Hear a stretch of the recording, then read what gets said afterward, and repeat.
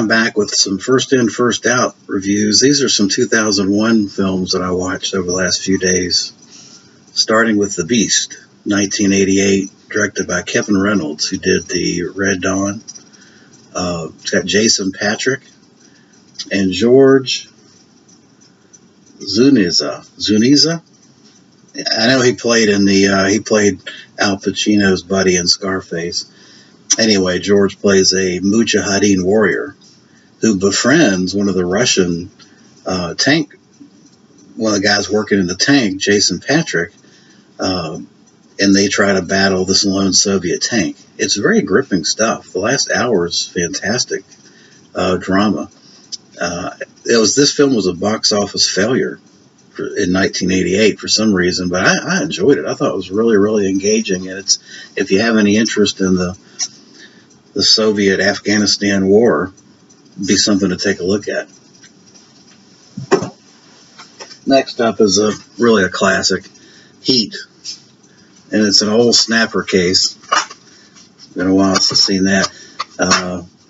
3-hour epic, cops and robbers epic with Al Pacino and Robert De Niro, directed by the famous and fantastic Michael Mann. This to me is a melodrama in disguise as a cops and robbers story, because really what you got is two characters, and it's their life story, but they're polar opposites. One is a crook and the other's a cop, but they both have internal life problems that kind of run parallel to each other, and it's really is to me more of a melodrama than a cop and robbers film, but I enjoyed it. I thought it was very good, and I think it deserves the critical acclaim that it has received. I believe it just got a new Blu-ray release. It's had a Blu-ray release. I've got to upgrade. It's definitely worth an upgrade. It's not one of my favorite Al Pacino films. I would say Dog Day Afternoon and Serpico are my two favorites, but it's certainly an excellent, excellent film. And it's interesting to watch De Niro and Pacino kind of mentally dueling each other. Al Pacino's out to stop Robert De Niro from these sophisticated bank robberies, and it's kind of an acceleration of events. And the title's Heat for a reason, because Robert De Niro and his gang get progressively uncomfortable as the film progresses, because Al Pacino is onto them. As sophisticated as they are, and as much planning as they go into to conduct these robberies, Al Pacino seems to be one step ahead of them. Val Kilmer is in this as well. I'm not a big Val Kilmer fan. I think we could have done without that. The movie really is Al Pacino and Robert De Niro. They make the movie. And then finally, an interesting box set from Medici. In 2000 to 2001, I bought a lot of Medici stuff, but this is the Secret KGB Files. 9 hours of KGB propaganda goodness. I think this is out of print. I think you can get the individual discs, but I'm pretty sure that this is almost impossible to get now. First up is the Secret KGB UFO Files, which really the centerpiece of this is the explosion in Siberia in 1908, and then the supposedly crashed UFO in Donetsk.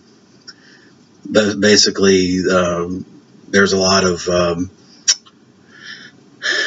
supposedly these are KGB archive films that you're seeing, but to me it looks like just recreations and reenactments of what they think happened. But it's interesting. It's engaging. If you're kind of into conspiracy theories and propaganda type stuff, it's fun watch. I wouldn't take it too seriously. There's a lot of crossover in these films. I mean, each one is 90 minutes, and they don't have enough material to really cover 9 hours. So there is a bunch of crossover in these things. Next up is the Secret KGB Abduction Files. which is basically how the KGB conducts, abductions and monitoring of civilians and things like that. But it's also got the UFO alien element. When you've got alien abductions in this, and you've got supposedly documented evidence of alien abductions by the KGB.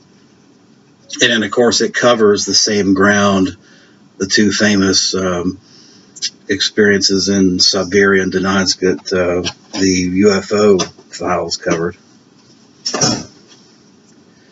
Then we've got the paranormal files.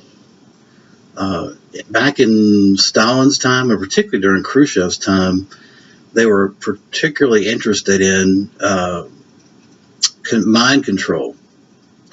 And anybody that had, they believed, powers to move inanimate objects or telekinesis, be able to communicate over far distances, they definitely did a lot of studying of those type of things.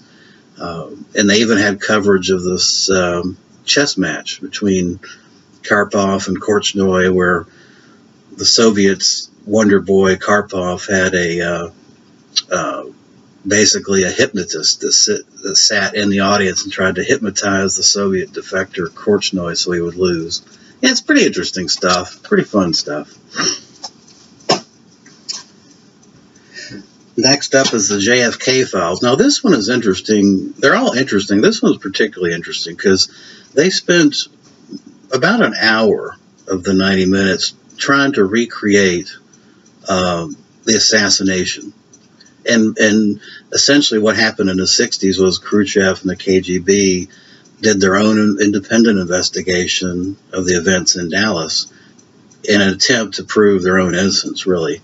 But they did all kinds of ballistics tests and things like that. And in this film, you've got ballistics experts that recreated the events in Dallas. And long story short is, the most likely event was that the shootings came from the book depository or a building just behind it.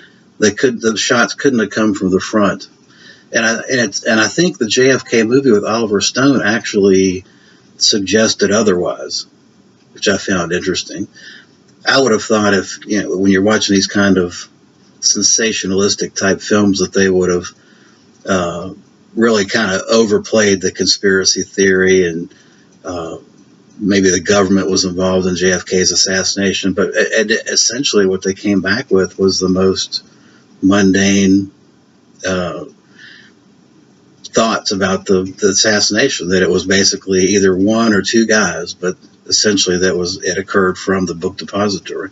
And the other interesting fact about this was they kind of proved, or they attempted to prove, that you could fire off 3 shots in 6 seconds with some degree of accuracy, but you would have to be a super duper expert guns marksman to do it, and they didn't believe that Lee Harvey Oswald could do that. So what you have is you've got the shots were clearly fired from the rear book depository or next to the book depository, but the real overarching question was, could Lee Harvey Oswald have been that expert a shot to have actually pulled it off?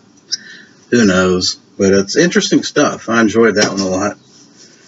And then finally, the KGB sex files, which this is how the KGB essentially uses prostitutes to try to recruit people within our government and other areas to do their work for them. Money and sex buys recruits. That's basically the short version. And they have a lot of what appears to be KGB hidden cameras filming diplomats and things in compromising positions. It's interesting. So that was it. That was my watches for the last couple days, and I appreciate you watching.